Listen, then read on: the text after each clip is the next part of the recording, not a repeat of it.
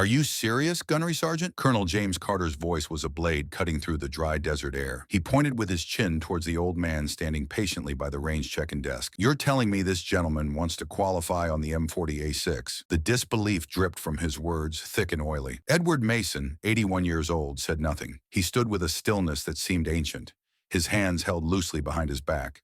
His eyes, the color of a faded sky, were not on the colonel, but on the distant targets shimmering under the California sun.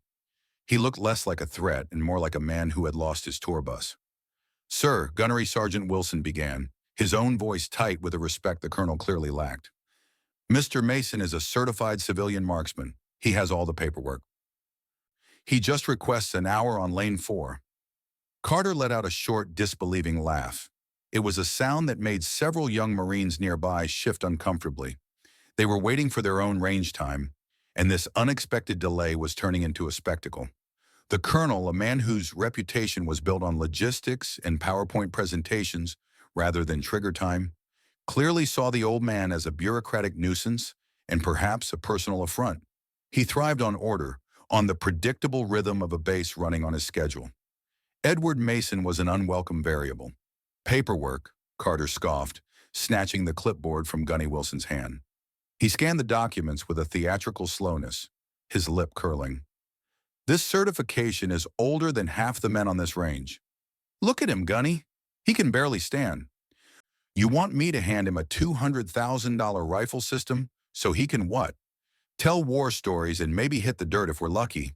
The colonel stepped closer to Edward, his polished boots crunching on the gravel. He was a good foot taller, radiating an aura of crisp uniforms and self-importance. Edward didn't flinch. He simply met the colonel's look. In that moment, it was unclear who was truly judging whom. "Sir," Edward said, his voice a low, calm rumble, not shaky as the colonel might have expected. "I'm just here to fire a string. I won't be a bother." "A bother?" Carter's voice rose. "This is the United States Marine Corps Advanced Sniper Range, not a county fair shooting gallery. We have active duty personnel who need this time. We have war fighters to train. We don't have time for nostalgic field trips." The circle of onlookers was growing. Young lance corporals and privates, fresh from boot camp, watched with a mixture of curiosity and secondhand embarrassment. They saw a confrontation between a formidable colonel and a frail-looking old man. Their loyalties were with the rank, but their sympathies were starting to drift. Colonel Carter seemed to feed on the attention. He was performing now, using the old man as a prop in a lesson about military seriousness. He tapped a finger on Edward's worn, faded canvas shooting jacket. It was a simple, old-fashioned thing, with leather patches at the elbows and shoulder, and it looked out of place amidst the digital camouflage and tactical gear.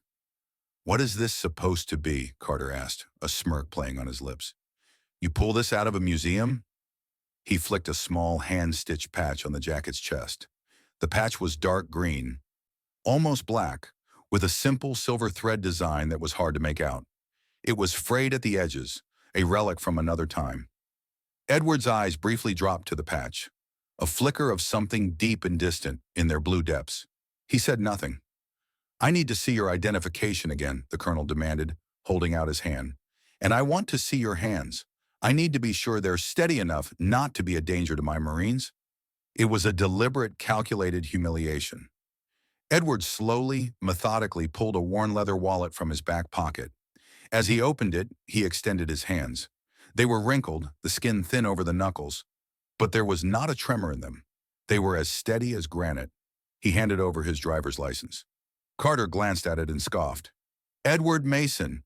Well, Edward Mason, your day trip is over. I am denying this request on the grounds of safety and operational tempo. Please escort Mr. Mason off the base." Gunnery Sergeant Gunny Wilson stood frozen. He looked from the colonel's smug face to Edward's peaceful one. The injustice of it was a physical weight. He had seen the old man's paperwork. It was not only valid, it was sponsored by a name so high up the chain of command. He had assumed it was a typo. He had brought Edward here out of a sense of duty, following orders from a superior he had never met. Now he was being ordered to disrespect a man who, for reasons he couldn't explain, commanded a deep and instinctual reverence. The young Marines were murmuring now, their smirks replaced with frowns. They knew when an officer was being a leader and when he was being a bully. The colonel's eyes narrowed as he looked at the worn patch on Edward's jacket again, a final sneer on his face. Some forgotten unit, I suppose, trying to relive the glory days. He saw a piece of faded cloth on a dusty jacket. The world seemed to fall away for a moment, the harsh sunlight of the range dissolving into a thick, humid green. The air was heavy with the smell of rain and decay. A much younger Edward lay perfectly still in the mud of a Vietnamese jungle, the same patch sewn onto his boonie hat. Rain dripped from the leaves above, tracing paths down the barrel of his rifle. He hadn't moved in 18 hours. His spotter, a kid from Ohio named Tommy, lay beside him, whispering coordinates. The patch, newly stitched by Tommy's mother and sent from home, was a symbol of their two-man team. They called themselves the Shadows because they were ghosts. They were never seen, only felt. In his mind's eye, Edward saw the impossible distance to the target, the wind he could feel but not see, and the calm that settled over him as he slowly, gently squeezed the trigger. It was a memory not of glory, but of grim, silent duty. Back on the sun-baked range, Edward's expression hadn't changed, but Gunny Wilson saw the shift in his eyes. He saw the flicker of a fire that had never truly gone out. The colonel's mockery of the patch was the final straw. This was no longer about procedure. It was about desecration. "Colonel, with all due respect," Wilson started, but Carter cut him off. "Are you questioning my order, Gunny?" "No, sir," Wilson said, his jaw tight. He gave Edward an apologetic look. "Sir, if you'll follow me." As he began to lead Edward away, the old man stopped and turned back to the colonel. "The request was for Lane 4, specifically," Edward said, his voice even. "It's important." This only enraged Carter further, the audacity of the old man to persist. "I don't care if you requested the moon. Your request is denied. This range is for warriors, not for grandfathers playing soldier. Get him out of here before I have him cited for trespassing." The humiliation was complete. The crowd of Marines was silent, watching an elder of their tribe being cast out. Gunny Wilson felt a hot surge of shame. As he walked Edward toward the parking lot, his mind raced. The sponsorship, the specific request for Lane 4, the old man's unnerving calm. It didn't add up. He had his orders from the colonel, but he also had a deeper duty to the Corps and to the men who had built it. He made sure Edward was situated comfortably on a bench in the shade, promising to return with a bottle of water. Then he walked behind the range control tower, pulled out his personal cell phone, and scrolled through his contacts. There was one number he kept for absolute emergencies, a direct line to a master sergeant at the base command building, a man who had seen everything and knew everyone. Master Sergeant Roberts. He pressed the call button. "Roberts," a gruff voice answered. "Master Sergeant, it's Gunny Wilson down at the Cooper Range," he said, keeping his voice low. "Sorry to bother you, sir, but we have a situation." "What is it, Gunny? Did one of your new shooters forget which end the bullet comes out of?" "No, sir. It's Colonel Carter. He's just ejected a civilian from the range." There was a sigh on the other end. "Carter is an ass, Wilson. We all know it. Why are you calling me about it?" "File a report." "Sir, it's who he ejected," Wilson pressed, his heart pounding. He felt like he was walking a tightrope over a canyon. "The civilian's name is Edward Mason." Silence. For a full 5 seconds, the only sound was static. Gunny Wilson wondered if the call had dropped. Then Master Sergeant Roberts' voice came back, but it was completely different. The gruffness was gone, replaced by a cold, sharp urgency. "Say that name again, Gunnery Sergeant." "Mason, sir. Edward Mason. Spell it. M-A-S-O-N. Another pause, this one filled with a tension that Wilson could feel through the phone. "Gunny," Roberts said, his voice now dangerously quiet. "Keep that man there. Do not let him leave the base. Use whatever excuse you have to. I don't care if you have to tell him the general wants to polish his boots. Just keep him there. Do you understand me?" "Yes, Master Sergeant," Wilson said, stunned. "Good. Help is on the way." The line went dead. Gunny Wilson stared at his phone, a sudden chilling realization dawning on him. Colonel Carter hadn't just made a mistake. He had kicked a hornet's nest, a very, very old one. Master Sergeant John Roberts slammed the phone down in its cradle, his face pale. For a man who had spent 30 years in the Marine Corps, from the streets of Fallujah to the mountains of Afghanistan, it took a lot to rattle him. But the name Edward Mason was a lightning strike from a clear sky. It wasn't a name you heard. It was a name you read about in dusty classified after-action reports and whispered about in instructor lounges at Quantico. He didn't walk. He ran. He burst from his office, startling a young corporal, and sprinted down the polished hallway of the command building, his footsteps echoing like gunshots. He didn't bother knocking on the base commander's door. He threw it open, making the two-star general inside look up from his paperwork with a flash of irritation. "Master Sergeant, what is the meaning of this?" General Reynolds demanded. "Sir, my apologies, but this is an emergency," Roberts said, still breathless. "It's Colonel Carter, sir, down at the Cooper Range." The general's expression hardened. What has Carter done now? He's thrown a civilian off the range, denied him access. Reynolds sighed, exasperated. "John, I'm busy." "Can't this be handled by the provost marshal?" "Sir," Roberts said, leaning forward and lowering his voice, "the civilian's name is Edward Mason." The general froze. The pen in his hand stopped moving. He slowly lifted his head, his eyes widening as the name registered. He stared at his master sergeant, searching his face. "Edward Mason. Are you certain? Gunny Wilson just called me from the range. Mason. It's him, sir." General Reynolds's entire demeanor changed. The annoyed administrator vanished, replaced by the warrior. He rose from his chair, his movements suddenly crisp and urgent. He looked at his master sergeant, and for the first time Roberts saw a flicker of something that looked like fear in his commander's eyes. "John," the general said, his voice a low command, "get my vehicle and get the sergeant major now. Tell them to skip the sirens. We go quiet." Back at the range, Colonel Carter was basking in his perceived victory. He had restored order. He had made his point. He paced before the assembled Marines, a swagger in his step. "Let that be a lesson for all of you," he announced, his voice carrying across the silent firing line. "This is an elite institution. There is no room for sentimentality. There is no room for relics. The standards are the standards for a reason." Edward Mason was sitting on the bench where Gunny Wilson had left him, sipping from a bottle of water the Gunny had brought. He seemed perfectly content to wait, his look still fixed on the distant hills beyond the range. Carter, not satisfied with his victory, decided he needed one final, definitive act. He walked over to Edward, his shadow falling over the old man. "I thought I told you to leave," Carter said, his voice cold. "The gunnery sergeant asked me to wait," Edward replied calmly. "He did he?" Carter sneered. "Well, I'm countermanding his request. I'm going to give you 60 seconds to get your ancient bones off my range before I have you cited for trespassing. Perhaps a nice psychological evaluation is in order, thinking you can just walk in here and make demands." He was pushing past the point of no return, driven by an arrogance that had become a runaway train. He was so focused on his own power that he didn't hear the soft crunch of tires on the gravel road behind him. He didn't see the black command vehicles pulling to a stop. He didn't see the doors fly open, but everyone else did. The young Marines, Gunny Wilson, the range masters, they all saw it. They saw the general's two-star flag on the lead vehicle. They saw General Reynolds emerge, his face a thundercloud, followed by the base sergeant major, a man whose scowl could curdle milk. They moved with a speed and intensity that signaled a crisis of the highest order. The entire range fell silent.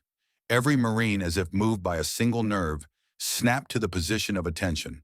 The sudden, unified crack of heels coming together was the only sound. Colonel Carter finally turned, confused by the sudden silence. His jaw went slack, his face drained of all color. He saw the general and his entourage marching towards him, their eyes burning holes in him. He tried to compose himself, to snap a salute, but he was too slow, too late. General Reynolds walked right past him. He didn't spare him a glance, as if the colonel was nothing more than a piece of furniture. He marched directly to the bench where Edward Mason was slowly getting to his feet. The general stopped a foot in front of the old man, who now stood straight, the frailty gone, replaced by an undeniable dignity. Then the two-star general did something that sent a shock wave through the assembled crowd. He snapped to the sharpest, most profound salute of his career. It was a salute of utter unconditional respect. "Mr. Mason," General Reynolds' voice boomed, full of a respect no one had ever heard from him before. "It is an honor, sir. I apologize for the welcome you have received." Edward simply nodded, a glimmer of understanding in his eyes, and returned a slow, respectful nod of his own. The crowd of young Marines stared, their minds struggling to process what they were seeing. A two-star general saluting a civilian. Colonel Carter looked like he had been turned to stone. The general turned to face the stunned audience. His eyes swept over the young Marines, the NCOs, and finally settled on Colonel Carter with the force of a physical blow. "For those of you who don't know," the general began, his voice ringing with authority, "you have been standing in the presence of a legend. This is Edward the Shadow Mason." A wave of whispers rippled through the crowd. The Shadow. It was a name from Marine Corps lore. A sniper who had become a myth in the jungles of Vietnam. A man credited with shots that were technically impossible, who held records set with an antique rifle that modern science said were unbreakable. They were stories told to inspire young snipers, a benchmark of excellence that no one ever expected to actually meet. "Mr. Mason is not here to qualify," the general continued, his voice laced with ice as he looked at Carter. "He is here, as he has been on this day for the past 50 years, to honor the memory of his spotter, Corporal Tommy Richards, who was killed in action on this date in 1971.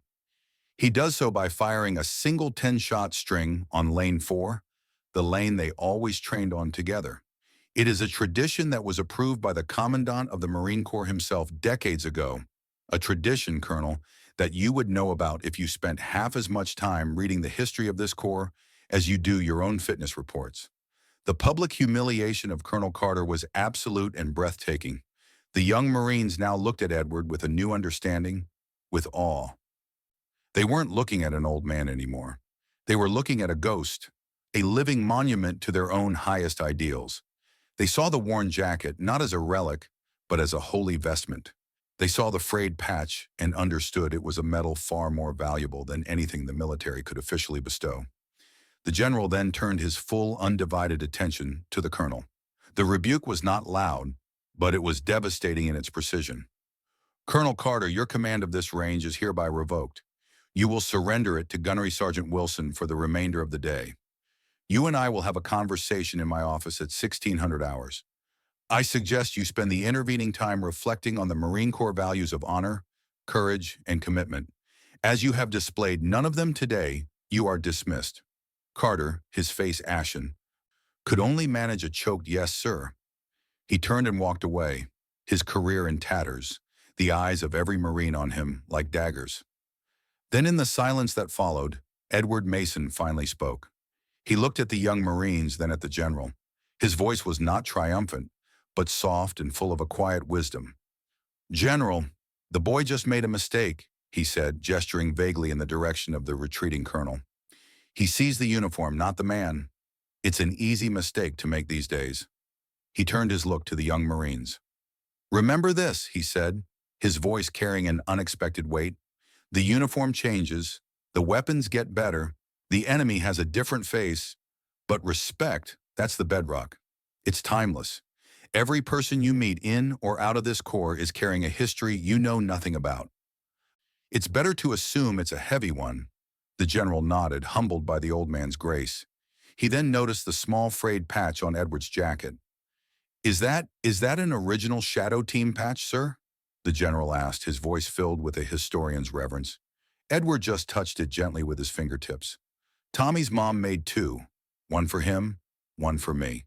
The scene dissolved again, not to the jungle this time, but to a dusty, sun-drenched fire base.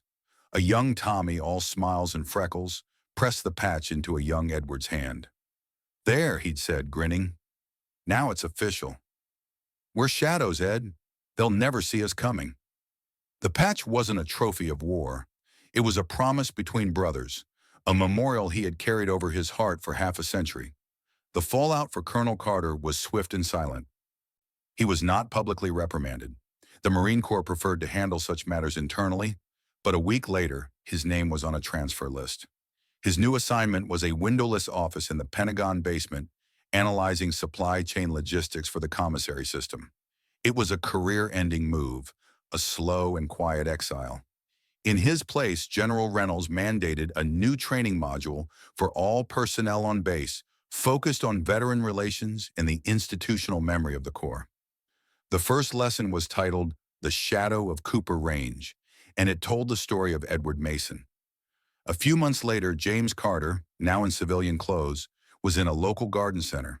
He was looking at bags of fertilizer, his mind a million miles away, when he saw a familiar figure by the tomato plants. It was Edward Mason, inspecting a small seedling with a gentle focus. Carter's first instinct was to turn and walk away, to avoid the source of his profound humiliation. But the old man's words on the range echoed in his head. "It's what you do next that defines you." He took a deep breath and walked over. Edward looked up as he approached, his blue eyes calm and recognizing. There was no anger in them, no hint of triumph. "Mr. Mason," Carter said, his voice barely a whisper. I just wanted to say I was wrong." It was all he could manage, but it was enough. Edward looked at him for a long moment. Then a small, sad smile touched his lips. He nodded. "We all are sometimes, son," he said. He looked down at the seedling in his hand. "The trick is to learn, to grow something better in the soil you're given."